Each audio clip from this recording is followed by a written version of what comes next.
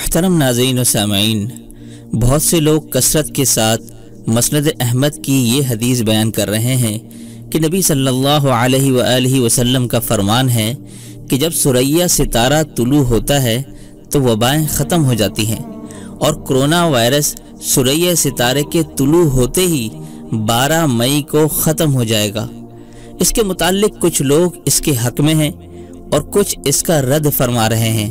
تو اس حوالے سے سب سے پہلی چیز ذہن نشین فرما لیجئے کہ اللہ تعالی نے ستاروں کا ایک علم رکھا ہے، لیکن ستارے حاجت روا، مشکل کشا، غیب کی خبروں کا ذریعہ نہیں ہوتے، لیکن اللہ رب العزت نے قرآن حکیم میں وَالنَّجْمِ إِذَا هَوَى کہہ کر ستاروں کی قسم کھائی، اور وَالنَّجْمِ میں اگر الف لام تعریف کا لیا جائے تو مفسرین نے لکھا ہے کہ اس سے مراد زہرہ ستارہ ہے، بعض نے کہا ثریا ستارہ ہے، اور بعض نے کہا کہ یہ زحل ستارہ ہے، کہ اللہ تعالی نے ثریا ستارے کی قسم کھائی۔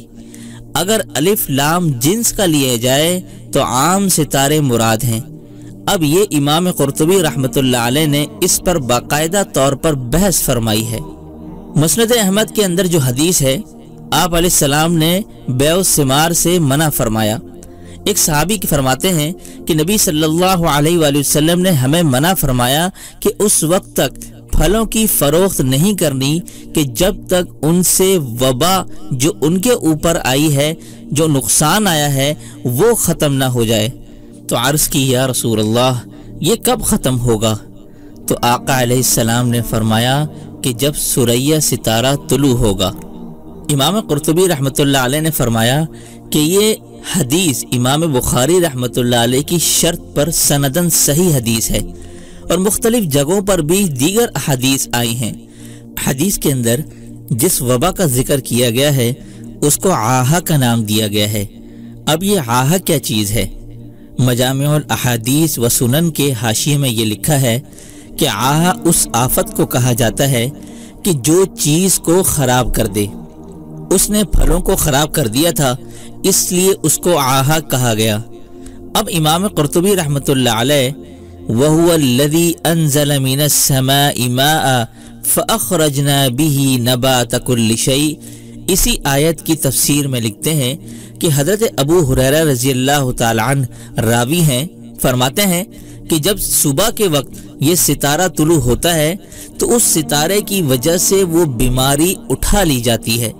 یہ بیماری پھلوں پر ہے، اور بعض لوگ اسے جوڑ رہے ہیں کہ یہ بیماری انسانوں پر سے بھی اٹھائی جائے گی۔ ابن بر رحمۃ اللہ علیہ نے اس کو باقاعدہ لکھا، اور ابن اسیر جزری رحمۃ اللہ علیہ نے بھی اس کو لکھا کہ اس سے مراد ہر وبا ہے۔ جو ابو ہریرہ رضی اللہ تعالی عنہ راوی ہیں جنہوں نے یہ حدیث بیان کی، اس کے متعلق حضرت امام قرطبی رحمۃ اللہ علیہ فرماتے ہیں کہ جب مئی کی 11 راتیں گزر جاتی ہیں تو 12ویں صبح یہ تارہ طلوع ہوتا ہے۔ اس کو امام سمعانی رحمۃ اللہ علیہ نے بھی لکھا، اور دیگر محدثین نے بھی اس کو لکھا ہے۔ اور اب یہ غالب گمان ہے کہ جب 12 مئی کو یہ ستارہ طلوع ہوگا جو نومبر کو غائب ہوتا ہے تو یہ وبا انسانوں سے انشاءاللہ ختم ہو جائے گی، اور یہ رمضان کا آخری عشرہ ہوگا، اور آخری عشرے کے اندر جہنم سے آزادی بھی ہے، اور اللہ تعالی نے اس میں لیلۃ القدر بھی رکھی ہے، اور لیلۃ القدر میں فرشتے زمین پر اترتے ہیں اور جبرائیل امین بھی تشریف لاتے ہیں۔ فرشتے اتنی تعداد میں لیلۃ القدر میں آتے ہیں کہ زمین پر پاؤں رکھنے کی جگہ نہیں ہوتی، کیونکہ قدر کا معنی تنگی کے ہوتے ہیں۔ زمین فرشتوں کے نزول سے تنگ پڑ جاتی ہے، اور ذرا سوچئے کہ فرشتوں کا نزول ہو رہا ہو اور یہاں وبا موجود ہو، یہ کیسے ہو سکتا ہے؟ تو اللہ تعالیٰ ان فرشتوں کی برکت سے، انسانوں کے استغفار سے، انسانوں کے رونے سے اس زمین سے یہ وبا ختم کر دیں گے۔ یہ یاد رکھیں کہ یہ نہ کہیں کہ حضور صلی اللہ علیہ وآلہ وسلم نے فرمایا کہ وبا ختم ہو جائے گی، کیونکہ اس سے لبرل طبقہ اعتراض کر سکتا ہے، بلکہ یہ کہیں کہ اس کی برکت سے انشاءاللہ وبا ختم ہو جائے گی۔ تو پیارے ناظرین، زیادہ سے زیادہ استغفار کریں۔ اس وقت استغفار کی، توبہ کی بڑی اشد ضرورت ہے۔ یہ ہمارے گناہوں کا نتیجہ ہے کہ یہ عذاب وبا کی صورت میں ہم پر اللہ نے مسلط کر دیا ہے۔